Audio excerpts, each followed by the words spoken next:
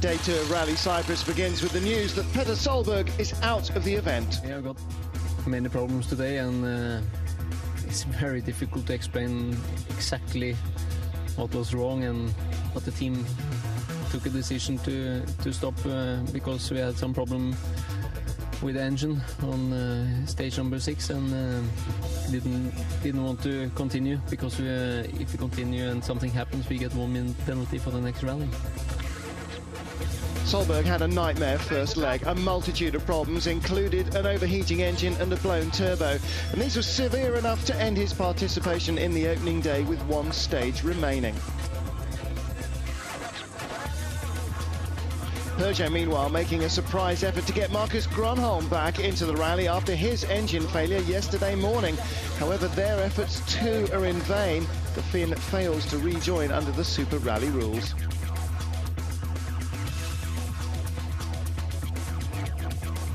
Cyprus Rally is notorious for its unforgiving nature. The stages are heavily rutted and littered with thousands of rocks. So unsurprisingly, the first day was not without its casualties. And some exited in dramatic style, like Production World Rally Championship leader Mark Higgins. His hopes went up in smoke. The car is totally on fire. Skoda's Ivan Schwartz, less fiery, at least the car. The driver was furious. His power steering failed. Co-driver Klaus Vika only able to sit and listen to the German's verbal onslaught.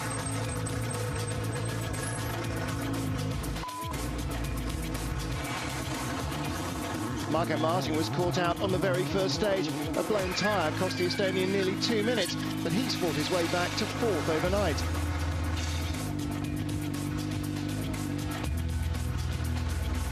Gilles Panizzi came off even worse. The Frenchman lost 20 minutes with a faulty engine and gearbox. And the crew working just as hard in between the stages as well, making running repairs before the major work is done in service, and all in the searing heat of a Cyprus summer.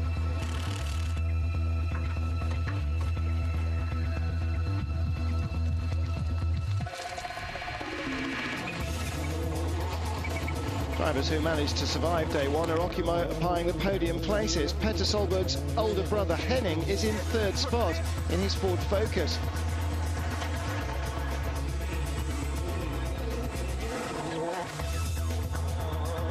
Austria's Manfred Stoll is on course for his best ever finish after a decade on the fringes at the top level of the sport. He starts stage 2 in 2nd place in a privately run Citroën Zara. And the only car in front of Stoll, it's another Citroën Zara. It's the rally leader, the reigning world champion. Sebastian Loeb's smooth driving style negated his earlier problems with a faulty handbrake that caused the car to stall on the first stage at every hairpin.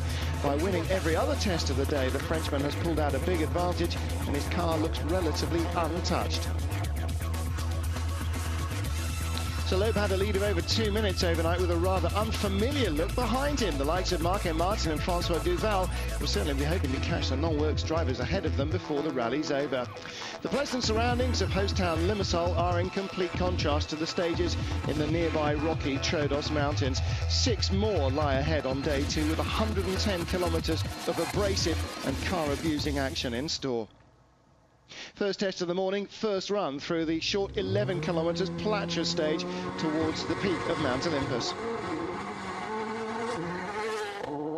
Tony Gardemeister's shown some of his best pace of the season here. Ford's #1 driver came into the stage 22 seconds behind compatriot Henry Rovanpera, and with 3rd fastest time on stage 7 signals his intentions to take back the place he once held, then lost, then held, then lost again. So how does Rovanpera respond? It's been a resurgent season so far for Mitsubishi. The Lancers looked quick and reliable in previous events. The team have had their problems this weekend. Finn lost a lot of time yesterday with transmission problems, a constant disruption. The car appears to be in full working order this morning, and Rovanperä is back up to speed.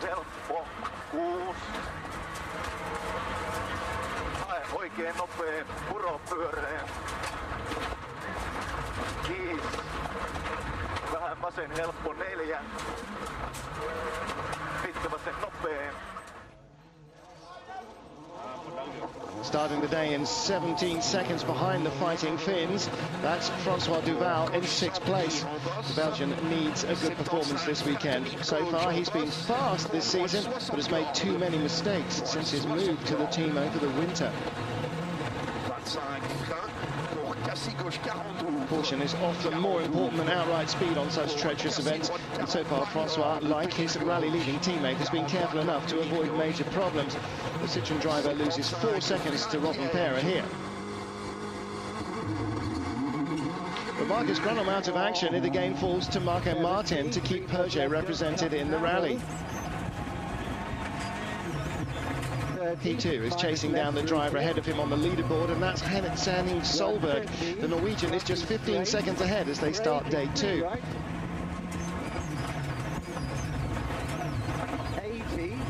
Martin fastest so far on stage 7. Will it be good enough to claim the final podium place?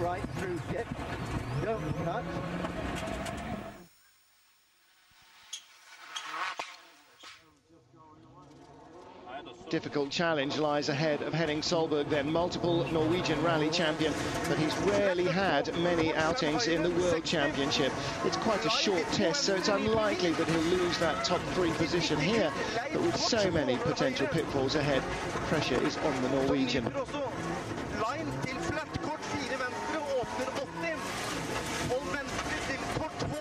Nearing the end of the stage, Martin's time 9 minutes 11.5 seconds. Henning is already slower.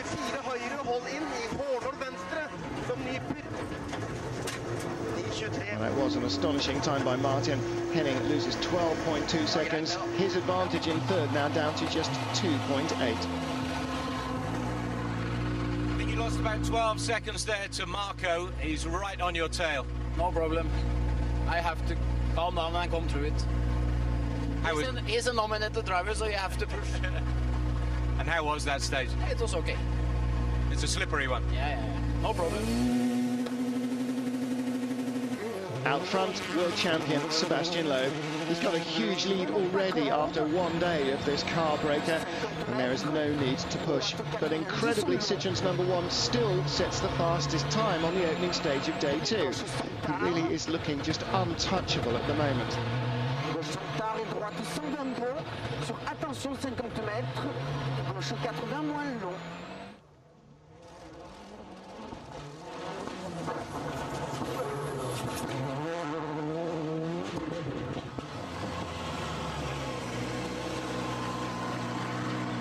You've never had such a comfortable lead like this. No, so little pressure. It's more pressure than you think, because now with a lead like this, I just have to finish, not to break anything. And so when I see a stone, I just try to go on the side. And it's not easy to drive in this condition because you have to keep the rhythm, to stay concentrated. It's difficult. Well, he makes it look so easy, though. Loeb more and more comfortable. Marco Martin now within touching distance of Henning Solberg in third, and Rovanperä closing on Duval. Yanni Turhino, Skoda's leading driver, just outside the point in 9th. Loeb might be safe, but the positions behind are very much up for grabs after this break.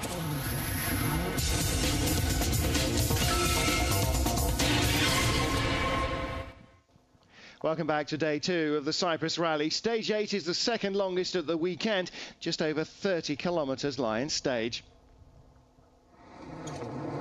Harry Rovanperä is still trying to hold off the attentions of Tony Gardemeister.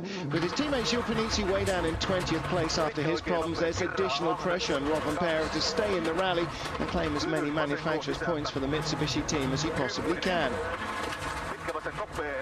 Before this stage, he was over 19 seconds ahead of Tony Gardemeister. Will that be enough?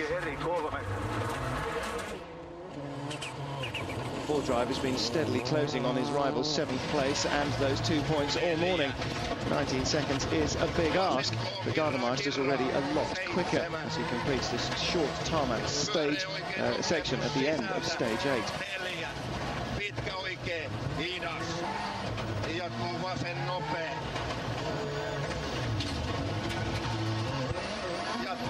Pitkä vasen eri ei. Oikein eri +3. Vasen nopea. Maali on tässä. Maali. Stop. Another great time from Tony Gardemeister, 21.8 seconds quicker. He takes 7th. His charge has also seen him close on Francois Duval in the Citroën.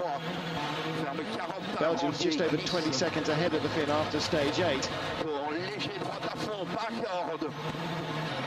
75, frein pour droite 60, frein pour droite 60, pour long droite 103, en frein super piège, pour gauche 60, ferme fort, pas extérieur et droit, ferme fort. In a weekend where privateers are coming into their own, Anthony Van Bolt is having a steady rally in his M Sport run Ford Focus. He holds on to 5th place. Into flat left long, into go left fast over press, into go left 90, entry, funny right 95, into flat right, into 100. Marco Martin is still intent on catching the 3rd position occupied by Henning Solberg. The Estonian's made no secret of his unhappiness as he tries to get to grips with the 307 this season, but on such a slow technical event, it's perhaps at less of a disadvantage. The rough surface looks daunting, but this is a good performance from Martin. 5 right, don't cut. 103 right. We've seen kid brother Petter win such tie battles before. Can Henning Solberg show the same aggression put under such pressure?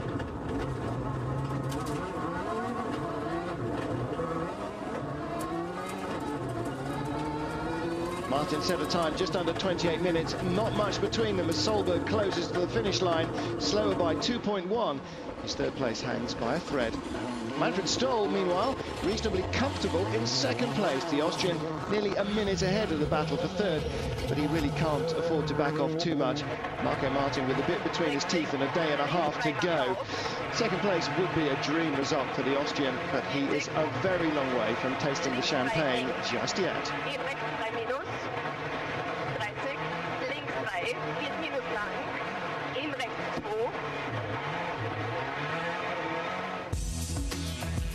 After 8 stages of the Cyprus rally, Henning Solberg is still clinging to 3rd. Further back, Robin Perez 8th after being passed by Gardemeister. Yanni Turhino lost over 5 minutes in stage 8 with a split turbo pipe, and he's been passed now by Ford's Roman Cresta. It's another hot day in Cyprus as the drivers move on to stage 9, which is one of the roughest in the event. There are more rocks than gravel in some places.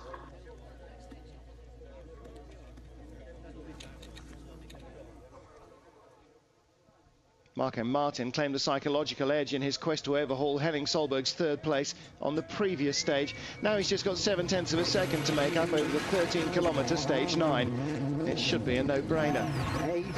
The Estonian hasn't won for 6 events since Rally Catalunya last year. That, of course, though, was in the Ford Focus, and Martin had been driving that car for 2 years. The win for Peugeot for him seems a long way off right now, but he will concentrate on catching Henning Solberg and see what the rest of the event brings. 40, 4 left, 5 right and hairpin right. 23 left.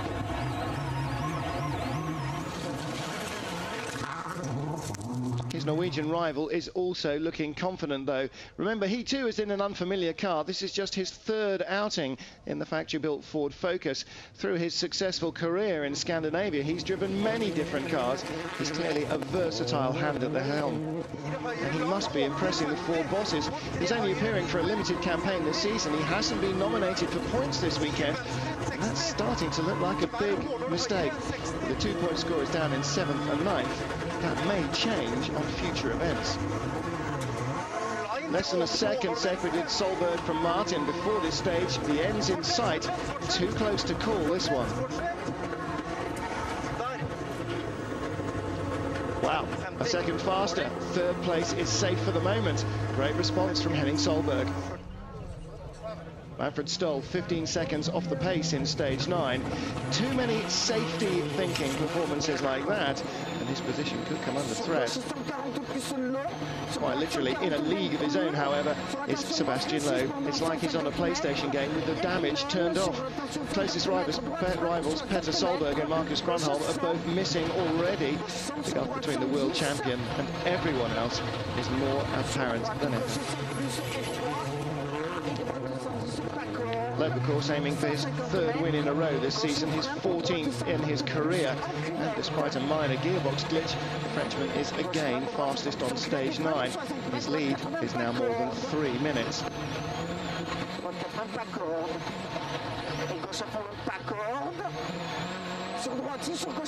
Part of this must be down to the Frenchman's smooth and fluid style.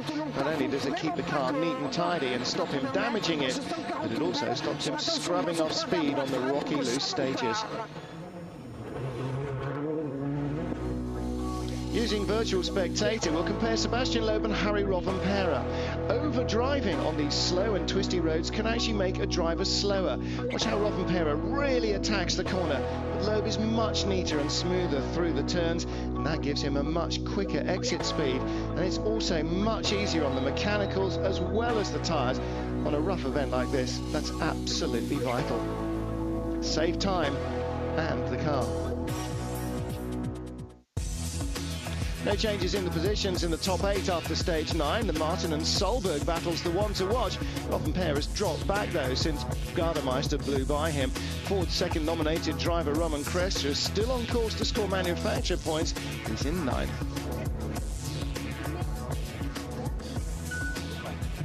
Sebastian, what would you rather have, a 3-minute lead or a big fight with people like Marcus and Petter and the other drivers? Both situations are good. To have a good lead is good because you can lift off a bit in the rough places, and for the championship it's interesting. But for the pleasure, for the driving is better when you are fighting, because now it's another pressure. You have to finish the race, not to take any risk. It's not really interesting to drive in this condition. But okay, now I start the part. Now it's a job to finish. Usually it's a pleasure to drive, and now I have to finish. Manfred, not quite on the pace today. What's been the problem? Yeah, I take it easy, a bit too safe maybe. Yeah, I don't want to went off the road or make some problem with the car, so that's why I'm taking it easy. For me, it's anyway a good rally deal now, and I cannot lose so many places from driving, but I can lose a lot of if I went off or if I destroy the car. Henning, you're giving that works driver just behind you a few worries, maybe? Yeah, but that is a small problem. What's the big problem? The biggest problem today is to catch a stall. So, but I try. Is that the way? It's just to look forward and forget who's behind you? Yeah. I don't look at the guys behind. He can push, and I have a little bit more to push. It's just 1.7 seconds now. Really, a man in a works car should beat a privateer. Yes, I think so. So we'll try our best. So how far can you go up the order, do you think?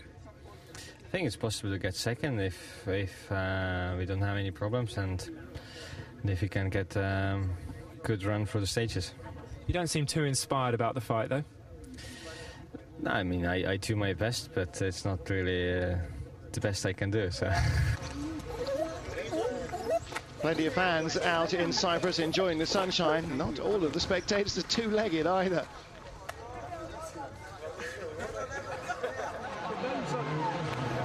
Francois Duval continues his pursuit of Anthony Van Bolt's Ford Focus. Any points would be better than none after such a frustrating start to the season for the young Belgian, but he's just 17 seconds behind Van Bolt's 5th place. Duval would eagerly grasp the extra point on offer if he could get it.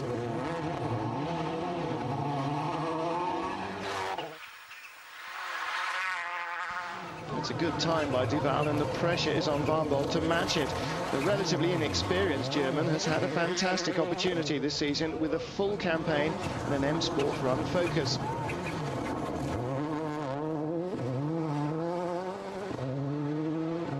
He's 4 seconds slower than Duval through stage 10. Okay, Martin will not enjoy being beaten by a part-time WRC driver, but at the moment he's going to have to get on with it. He's still chasing Henning Solberg and trying to make up for the setback on the previous stage. 23 plus the right. 33 right, don't cut camber. Left. 44 left, don't cut. 50 left into hairpin right.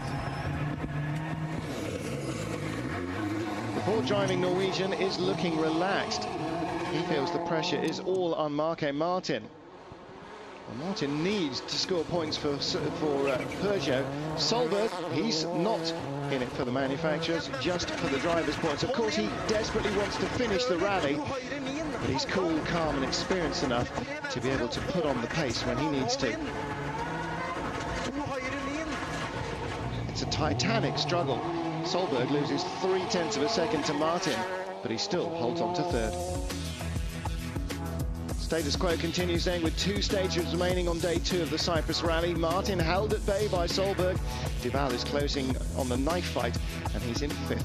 2 Skoda drivers continue to survive. Armin Schwartz gaining a place, moving up to 12th overall. Masterclass is coming from Sebastian Loeb, though. Join us for more after the break.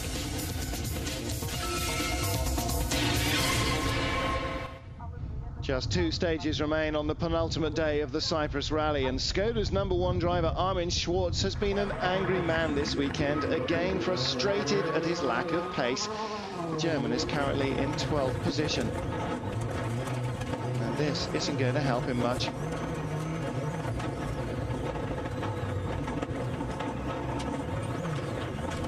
A mistake, and he's in a ditch. Hanging by the trees on the edge of the drop. Looks like the end of the day for Armin. He really has had a weekend to forget. Francois Duval's division is about to get worse. Francois rolled for the 2nd rally in a row, but he is going to try and continue. Hasn't got what it takes. Well, something has caught light. It's disaster for the Belgian. Need to get out of this, and fast. All crews carry their own fire extinguishers, and Duval and his co-driver quickly bail out. 3 minus right, 2 minus left. Okay, Martin gets a shock when he passes his former teammate, since the car engulfed. In such a dry, forested environment, the fire starts to spread quickly. Armin Schwartz understandably concerned. Forest fires are a major worry in a dry, arid island like Cyprus, and the stage is immediately cancelled as firefighters set to work. Coming here a little bit too fast, not really sure too fast. The road is really bumpy and destroyed. My braking is a little bit too late. It's difficult to turn here. I touched the tree after some small fire. I use excellent thing for stop the fire. I try to restart after some big fire, the forest coming in fire. But luck for me, impossible to continue. Car is completely destroyed now. No super rallying then for Francois Duval in this Citroën. It's becoming a dramatic finale to day 2. On the final stage, Harry Robben-Pera is struggling through with broken suspension. And worse, it's at the front end. The car's dragged all over the place by the loose wheel. Eventually, he's caught and passed by Marke Martin, who's been seeing a lot through his windscreen, but Robben-Pera's got practically no control whatsoever. That was a close one. He will try in vain to limp through to the end of the stage, but it's a frustrating end of the day with the finish almost literally in sight.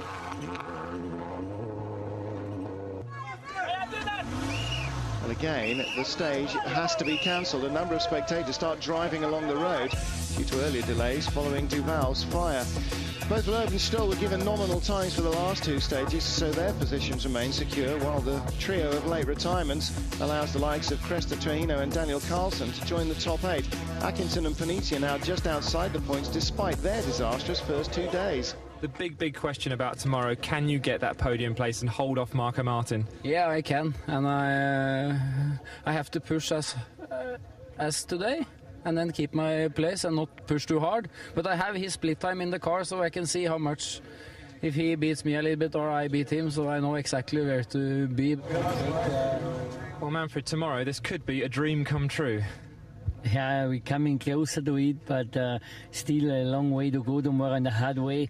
Tomorrow's stages are more rough than today and quite tricky, and I think let us see tomorrow. If you get these points, you're going to be stretching out quite a lead in the championship. Yes, that would be a good lead. We are for the moment 1 point in front of Peter, but he retired here, so it would be 11. That would be interesting. To say the least, a spectacular end to day 2. There's one more day left in Cyprus before Loeb can claim his 3rd win in a row. Stay in touch with the climax on WRC.com and join us tomorrow night.